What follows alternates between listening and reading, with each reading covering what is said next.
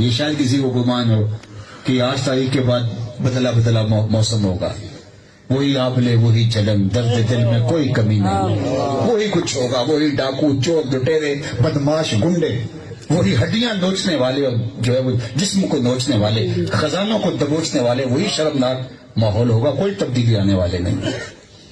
خام خواہ آپ مشقت میں نہ پڑے، ایسے نہ امید لگا کے بیٹھیں کچھ ہونے والا نہیں ہے۔ اس لیے ہم بدلنے والے نہیں، جب ہم بدلنے والے بھی نہیں تو اوپر سے بدلنے والے نہیں۔ اعمالکم امالکم، تمہارے اعمال ہی تمہارے حکمران ہیں، ہم بدلیں گے تو اللہ رحمت کی چھتریاں۔ اس لیے یہ سزا ہے ہماری، یہ بات ذہن میں رکھیے، ہمارے گناہوں کی سزا۔ اللہ تعالیٰ قرآن مجید میں ارشاد فرمایا وہ اس بات پہ قادر ہے کہ تمہارے اوپر سے بھی عذاب نازل کرے، تمہارے نیچے سے بھی عذاب۔ تو علماء تفسیر نے کہا اوپر سے عذاب کیا ہے؟ پتھر برسیں، نیچے سے عذاب کیا ہے؟ زلزلے آئیں۔ لیکن حضرت عبداللہ ابن عباس رضی اللہ تعالیٰ عنہ فرماتے نہیں، اوپر کا عذاب اور نیچے کا عذاب اور ہے۔ پوچھا کیا؟ کہا اوپر کا عذاب یہ ہے حکمران ظالم ہوں، اور نیچے کا عذاب یہ ہے تمہاری اولاد نافرمان ہوں۔ یہ اوپر اور نیچے کا عذاب ہے۔ تو آج اس عذاب میں ہم جکڑے ہوئے ہیں اور جکڑے رہیں گے جب تک ہم سچی توبہ نہیں کرتے، اجتماعی توبہ نہیں کرتے، اور وہ ہم تیار نہیں ہیں تو کرنے کے لیے۔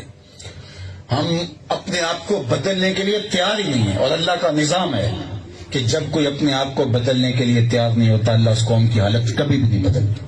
جب ہم اپنے آپ کو بدلیں گے اللہ راستے کھول دیتا ہے۔ کشادہ کہتا لنہدینہم سبلنا، اللہ کہتا آئے صحیح، میں ایک نہیں کئی راستے کھولتا ہوں، وہ آئے تو صحیح۔ ہم تو مائل بکرم ہیں، کوئی سائل ہی نہیں، راہ دکھلائیں کسے راہ رب منزل ہی نہیں، جلوائے طور تو موجود ہے کوئی موسیٰ ہی نہیں۔ کچھ سچی طلب سے آئے تو اسے دروازے کھول دیتے، لیکن جب تم نہیں بدلنا چاہتے تو تمہارے اوپر یہ سزا کے طور پہ مسلط ہوتے رہیں گے، اور یہ ہوتا رہے گا تمہارے ساتھ۔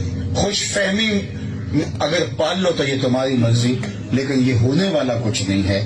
تو آئیے میں اور آپ اپنے آپ کو بدلیں، اپنی زندگی کو تبدیل کریں۔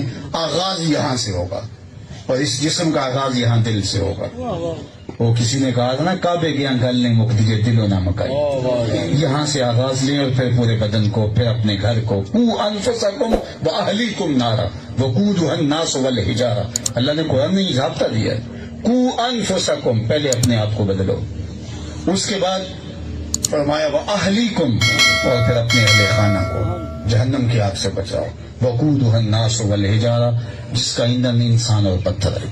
تو آغاز یہاں سے ہوتا ہے، میری ذات سے ہوگا، پھر میرے گھر سے ہوگا، پھر وہ نور پھیلے گا۔ لیکن ہم اپنے آپ کو نہیں بدلنا چاہتے، دوسروں کو بدلنا چاہتے ہیں۔ اپوزیشن حکومت کو بدلنا چاہتی ہے، حکومت اپوزیشن کو بدلنا چاہتی ہے۔ عوام کہتے ہیں اوپر والے بدل جائیں، وہ کہتے ہیں نیچے والے بدلیں۔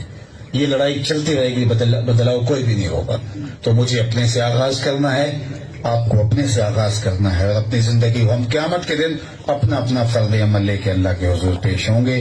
اللہ تعالیٰ میرے ملک کی خیر فرمائے، یہ دعا کیجیے کہ اللہ ملک کو ہر طرح سے اپنی حفاظت میں رکھے، ورنہ جو ظاہری اسباب ہیں وہ تو ایسے ہی ہیں۔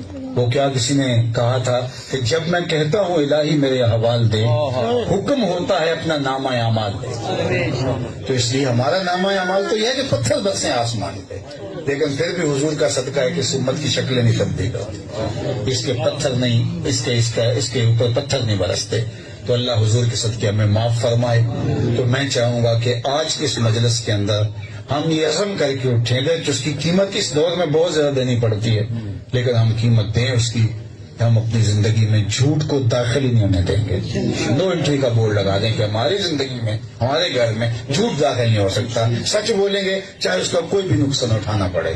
تو سچ کا ظاہری نقصان تو ہو سکتا ہے، لیکن حقیقت میں سچ کا کوئی نقصان نہیں۔ سچ ہی جنت کا راستہ ہے۔ اور میرے اور آپ کے نبی آقا حضور نبی رحمت اعلان نبوت سے قبل کافروں کی زبان سے بھی صادق اور امین کہتا ہے، اپنے تو اپنے تھے۔